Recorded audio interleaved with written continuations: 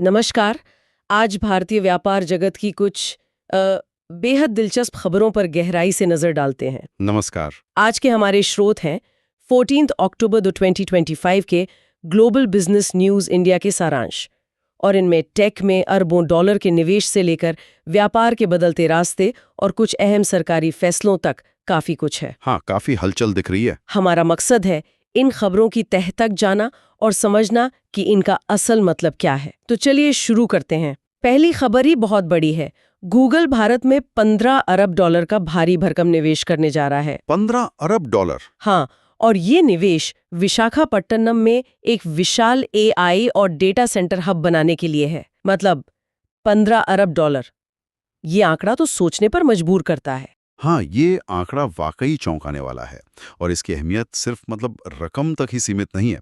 ये भारत के डिजिटल बुनियादी ढांचे के लिए एक बड़ा बूस्ट तो है ही, लेकिन इससे भी ज्यादा मुझे लगता है ये देश में आर्टिफिशियल इंटेलिजेंस यानी एआई के विकास के लिए एक नींव का पत्थर साबित हो सकता है। अच्छा। हाँ, ये सिर्फ इमारतें खड़ी करने या सर्वर लगाने की बात नहीं है।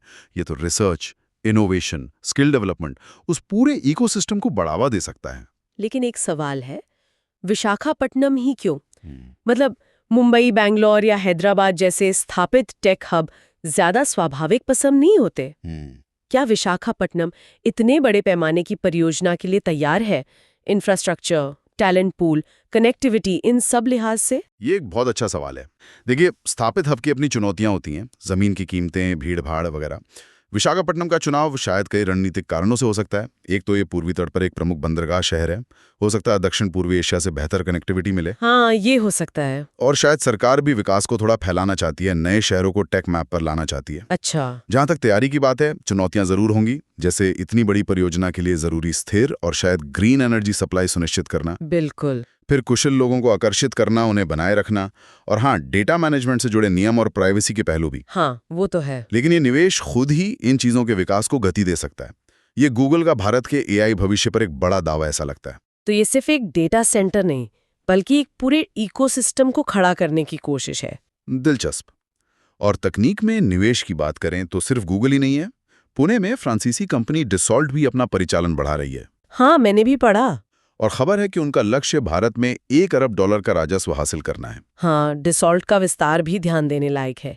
वे एरोस्पेस और रक्षा के साथ साथ सॉफ्टवेयर सॉल्यूशंस में भी हैं, जैसे वो 3D डिजाइन सॉफ्टवेयर। हाँ, उनका विस्तार मेक इन इंडिया पहल के प्रति वैश्विक कंपनियों की बढ़ती दिलचस्पी को तो दिखाता ही है, साथ ही ये भारत के बढ़ते रक्षा और एरोस्पेस बाजार में उनकी गहरी महत्वाकांक्षाओं का भी संकेत है। 1 अरब डॉलर का राजस्व लक्ष्य, ये बताता है कि वे भारत को केवल एक बाजार नहीं, बल्कि एक महत्वपूर्ण विनिर्माण और इंजीनियरिंग हब के रूप में देख रहे हैं।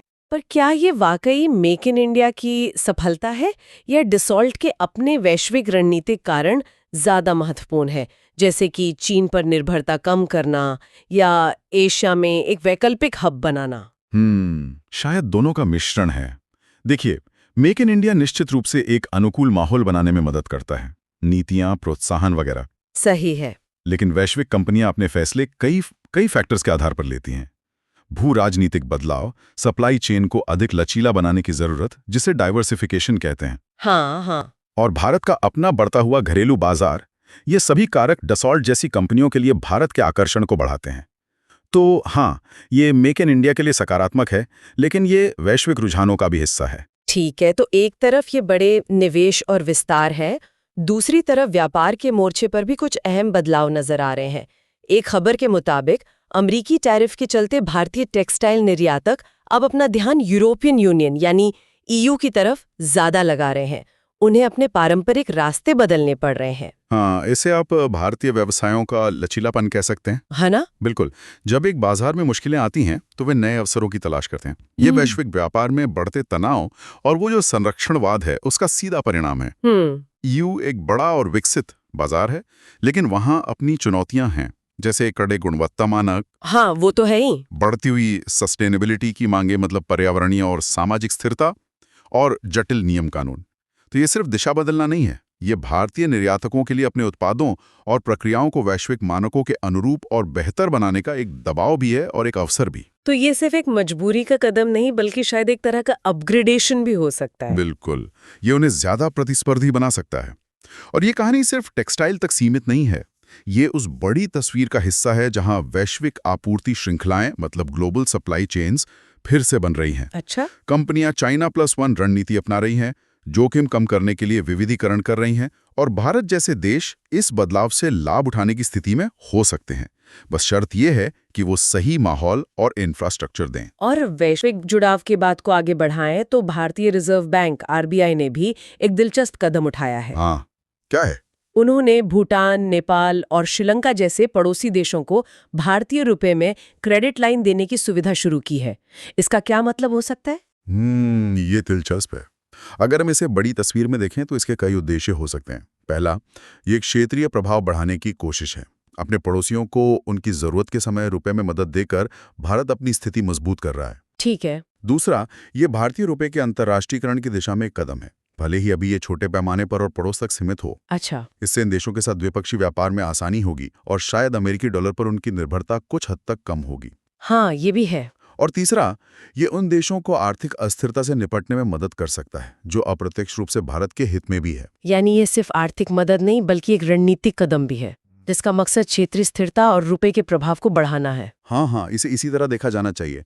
ये दिखाता है कि भारत अपनी आर्थिक ताकत का इस्तेमाल अपने रणनीतिक लक्ष्यों को हासिल करने के लिए भी कर रहा है। चलिए अब कुछ नीतिगत पहलों पर नजर डालते हैं।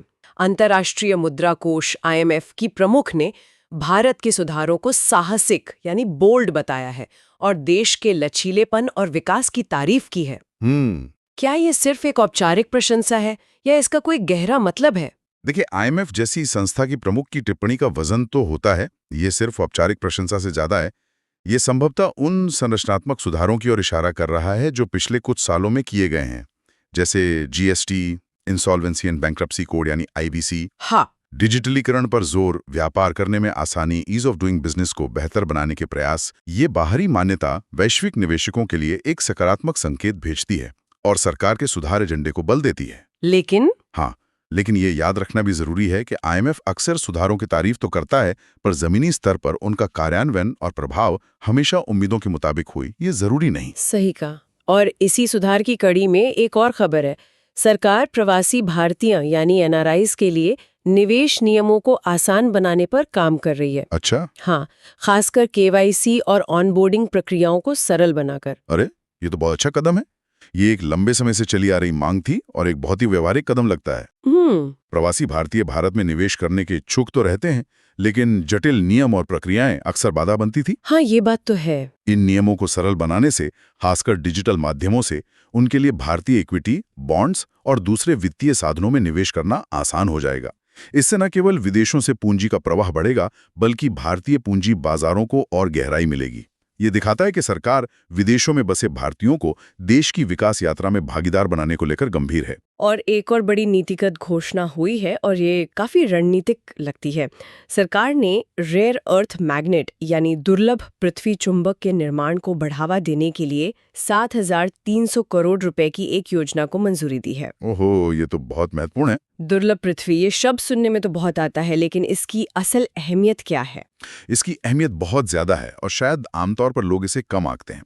देखिए, रेयर अर्थ एलिमेंट्स REEs असल में उतने दुर्लभ नहीं है, लेकिन उनका निष्कर्षण और प्रसंस्करण जटिल और पर्यावरण के लिहाज से चुनौतीपूर्ण होता है। अच्छा। ये तत्व आधुनिक तकनीक की रीढ़ हैं। इनका इस्तेमाल हाई परफॉर्मेंस मैग्नेट बनाने में होता है, जो इलेक्ट्रिक वाहनों मतलब EVs की मोटरों, पवन चक्कियों के जनरेटरों, स्मार्टफोन, मिसाइल गाइडेंस सिस्टम और कई अन्य उन्नत रक्षा और उपयुक्तता इलेक्ट्रॉनिक्स उपकरणों के लिए जरूरी है। तो ये भविष्य की तकनीक और राष्ट्रीय सुरक्षा दोनों के लिए महत्वपूर्ण है। बिल्कुल। और इस क्षेत्र में अभी वैश्विक स्तर पर चीन का भारी दबदबा है, निष्कर्षण से लेकर प्रसंस्करण और मैग्नेट बनाने तक। हाँ, ये तो सुना है। ये एक बड़ी रणनीतिक निर्भरता है जिसे कई देश अब कम करना चाहते हैं। भारत का यह 7,300 करोड़ का निवेश इसी दिशा में एक बड़ा कदम है। इसका उद्देश्य सिर्फ आयात बिल कम करना नहीं है, बल्कि एक महत्वपूर्ण और रणनीतिक उद्योग में आत्मनिर्भरता हासिल करना और वैश्विक सप्लाई चेन में एक विश्वसनीय विकल्प बनना है। यह हरित ऊर्जा लक्ष्यों और रक्षा आधुनिकीकरण दोनों के लिए महत्वपूर्ण है। ये तो वाकई एक दूरगामी सोच वाला कदम लगता है। चलिए अब जरा बाजार की नब्ज टटोलते हैं। हाँ, देखते हैं। आज शेयर बाजार में थोड़ी सुस्ती दिखी। सेंसेक्स करीब 297 अंक नीचे यानी -0.36% गिरा और निफ्टी में भी गिरावट रही। खासकर फाइनेंशियल और मेटल शेयरों पर दबाव देखा गया। इसे कैसे देखा जाए? देखिए, बाजार कभी सीधी रेखा में नहीं चलता। उतार चढ़ाव तो उसका स्वभाव है ना? हाँ, वो तो है। आज की गिरावट को एक अल्पकालिक सुस्ती या कह सकते हैं कंसोलिडेशन के तौर पर देखा जा सकता है। हो सकता है हाल की तेजी के बाद कुछ निवेशक मुनाफा वसूली कर रहे हों या वैश्विक स्तर पर कोई चिंता हो जिसका असर पड़ रहा हो। लेकिन अगर हम उन व्यापक रुझानों को देखें जिन पर हमने अभी बात की, बड़े निवेश की घोषणाएं, नीतिगत सुधार, रणनीतिक क्षेत्रों पर फोकस, तो लंबी अवधि की कहानी अभी भी सकारात्मक लगती है। एक दिन की गिरावट से पूरी तस्वीर नहीं बदलती। ठीक है। और आर्थिक आंकड़ों के मोर्चे पर थोक मूल्य सूचकांक यानी WPI आधारित मुद्रास्फीति सितंबर में लगभग 0.1% पर बहुत कम थी। हाँ, काफी कम। और अक्टूबर में तो बेस इफेक्ट के कारण अपस्फीति यानी डिफ्लेशन, कीमतों में गिरावट की भी उम्मीद जताई जा रही है। ये बेस इफेक्ट क्या बला है और इसका मतलब क्या है? बला नहीं है, ये एक सांख्यिकीय चीज है। देखिए, बेस इफेक्ट का मतलब सीधा सा है कि हम आज की कीमतों की तुलना पिछले साल इसी महीने की कीमतों से कर रहे हैं। अच्छा। अगर पिछले साल अक्टूबर में थोक कीमतें बहुत ज्यादा थीं, यानी हाई बेस था, तो इस साल अगर कीमतें थोड़ी बढ़ती भी हैं तो भी प्रतिशत बदलाव बहुत कम दिखेगा या नकारात्मक भी हो सकता है, जिसे अपस्फीति कहते हैं। ओके। ये जरूरी नहीं कि अर्थव्यवस्था में मांग कम हो गई है, बल्कि ये तुलना के आधार पर निर्भर करता है। कम WPI मुद्रास्फीति, खासकर अगर ये कमोडिटी की कीमतों में नरमी के कारण है, तो ये निर्माताओं के लिए लागत दबाव कम कर सकती है और ये RBI को ब्याज दरें बढ़ाने से रोक सकती है या शायद भविष्य में कटौती की गुंजाइश भी दे सकती है। अच्छा, तो ये आंकड़ों का खेल है जिसे समझना जरूरी है। बिल्कुल। बाजार में एक और हलचल IPO यानी इनिशियल पब्लिक ऑफरिंग को लेकर है। खबर है कि ये महीना IPO के लिहाज से काफी व्यस्त रहने वाला है।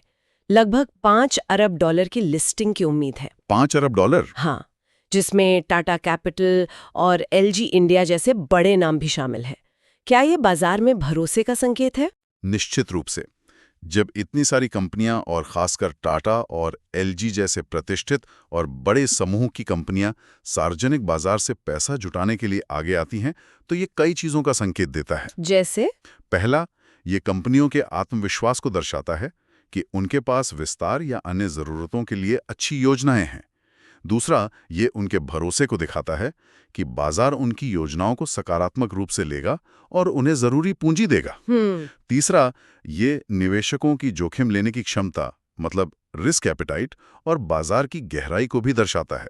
ये अर्थव्यवस्था में निवेश चक्र के फिर से गति पकड़ने का एक मजबूत संकेत माना जा सकता है। $5 अरब एक महीने में काफी बड़ी रकम है। तो इन सब संकेतों को देखते हुए विश्लेषक आगे के लिए क्या उम्मीद कर रहे हैं? कहा जा रहा है कि बाजार में शायद कुछ समय स्थिरता या कंसोलिडेशन का दौर चले, लेकिन उसके बाद अगली तेजी का दौर शुरू हो सकता है। हाँ, ऐसा अक्सर होता है। और इस अगली तेजी को कौन से क्षेत्र लीड कर सकते हैं? अनुमान है AI, ग्रीन एनर्जी, डिफेंस और डिजिटल इंफ्रा। क्या ये आपको तार्किक लगता है? हाँ, ये उन सभी बिंदुओं से बिल्कुल मेल खाता है जिन पर हमने आज चर्चा की है।